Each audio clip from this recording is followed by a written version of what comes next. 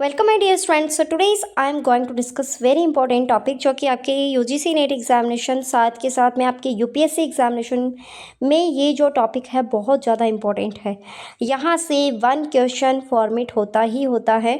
ये है आपके रिगार्डिंग योर कॉप, यानी कि कॉप के रिगार्डिंग यहाँ पे ये जो टॉपिक है और हम इसमें देखने वाले हैं इम्पोर्टेंट कॉप 1 से लेकर जितने भी अभी तक हुए हैं 30 कॉप तक।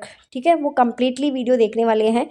फर्स्ट ऑफ ऑल, कॉप यानी कि क्या है ये कॉप क्या है?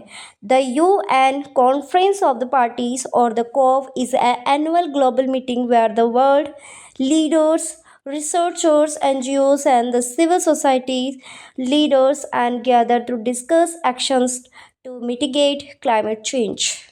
यानी कि यहाँ पर जितने भी नाम लिए गए हैं अभी, जैसे कोई एनजीओ है, कोई लीडर्स है, जो कंट्रीज़ के लीडर्स है, यहाँ पर एक यूएन कॉन्फ्रेंस होती है, उसी को ही नाम दिया गया है COP यानी कि कॉप। यहाँ पे पार्टीज़ का जो कंट्रीज़ है वो इस कॉन्फ्रेंस में क्या करती, पार्टिसिपेट करती है और साथ के साथ में क्या डिसीजन लेती है। यहाँ पे क्लाइमेट जो चेंज हो रहा है उसके बारे में यहाँ पे डिसीजंस लेती है। सो हम देखने वाले हैं one by one all COP के बारे में, जिसमें फर्स्ट आता है कॉप फर्स्ट 1995 जो कि हुआ था बर्लिन जर्मनी में। अब आपको सबको क्या क्या कौन कौन से जो कॉप है वो ध्यान में रखना है। इस लिस्ट में मैं स्टार मार्क करूँगी तो आपको क्या करना है, नोट डाउन करते हुए जाना है। अदरवाइज़ मैं आपको नोट्स प्रोवाइड करवा रही हूँ, तो आप ये नोट्स लेने के लिए इन नंबरों पे आपको व्हाट्सअप मैसेज करना है। आपको ईजी वे में आपको ये नोट्स बहुत ईजी वे में मिल जाएंगे with the discount prices. And यहाँ पे कम से कम 30,000 बच्चे ऐसे हैं, 30,000 प्लस बच्चे यहाँ पे ऑलरेडी नोट्स ले चुके हैं और उनके लिए बहुत ज़्यादा हेल्पफुल हुए हैं ये नोट्स। आपके डायरेक्टली यहाँ से क्वेश्चंस देखने को मिले हैं। मैच ऑफ द फॉलोइंग में कॉप आता है और भी हम बात करने वाले हैं। सो यहाँ पे कॉप 3 की बात करें तो यह हुआ था 1997 में और क्योटो जापान में हुआ था। अडोप्ट किया गया था क्योटो प्रोटोकॉल, जो कि आपके सिलेबस में दिया हुआ है अलग से क्योटो प्रोटोकॉल के बारे में। तो ये एक्सेप्ट किया था कॉप 3 में। Legally binded developed countries to reduce emission targets. अब यहाँ पे क्या रिड्यूस करने के लिए बोला गया है, तो देखो जो हम कार्बन डाइऑक्साइड CO2 गैसेस होती हैं जो हार्मफुल होती हैं अपने इन्वायरमेंट के लिए, तो उनको टारगेट किया गया है कि उनको रिड्यूस की जाए, उनके इमिशन क्या कर दी जाए, रिड्यूस किया जाए या फिर लीगली उनको बाइंडेड किया जाए।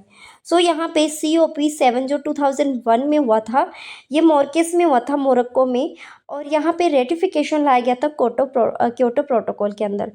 8 है जो बहुत ज़्यादा इम्पोर्टेंट है, आप इन दोनों को स्टार मार्क कर लो क्योंकि ये जो कॉप 8 है वो 2002 में हुआ था न्यू दिल्ली इंडिया में।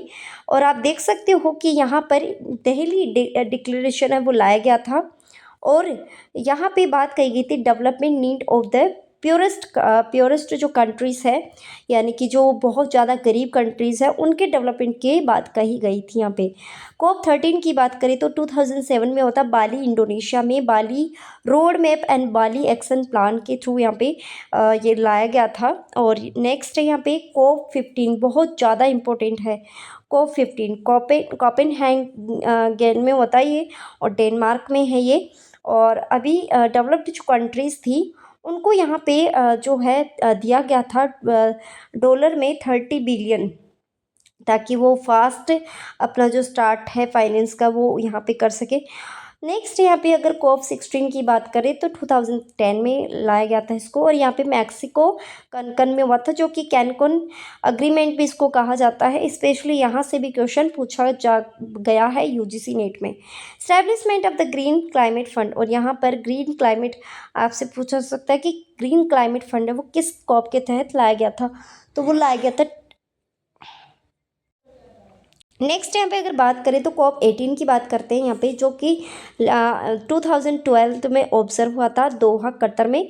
और Doha amendment to the Kyoto protocol reducing the GHG emission by the 18% is compressed to the 1990 level. तो यहाँ पे बात कही गई थी कि 1990 के लेवल के दशक में ये क्या है, इसको थोड़ा रिड्यूस किया जाए, कम किया जाए।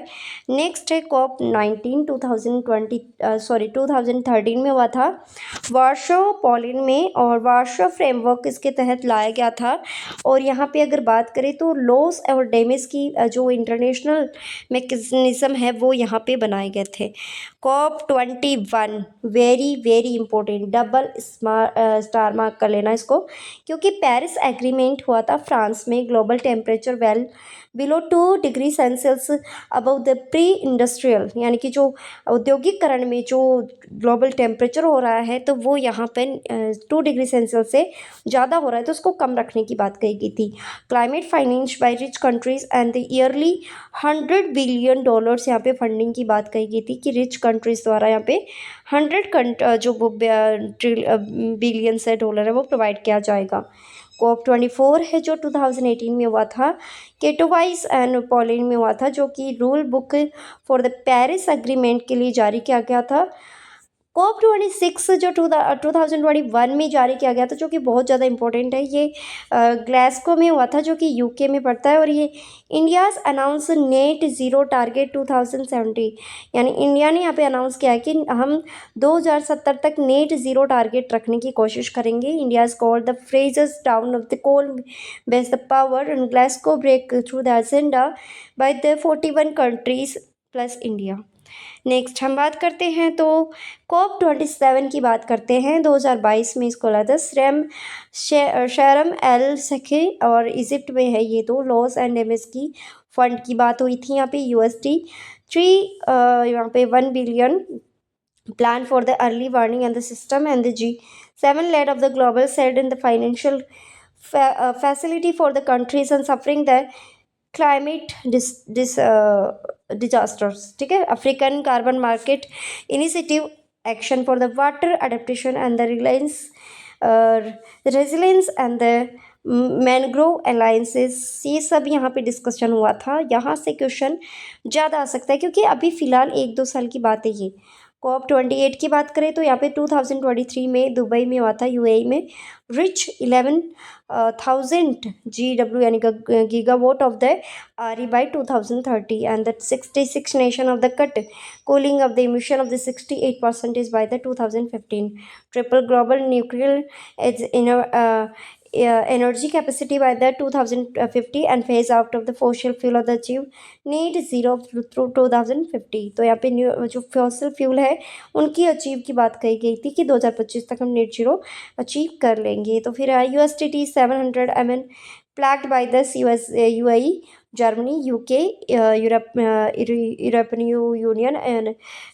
Union and Japan. ठीक है, तो ये सब बात हुई थी। नेक्स्ट यहाँ पे अगर 28 की और भी बातें देखते हैं, मैं ग्रीन क्रेडिट कार्ड इनिशिएटिव है जो इशू किया गया था। Credit eco friendly action like the planting and the degraded lands. अब हम बात करते हैं lead IT 2.0 support of the fair industrial transition low in the carbon technology and the global river the cities alliance of the promotes of the sustainable river and development in the best and the practices in the sharing of the keyword climate working groups।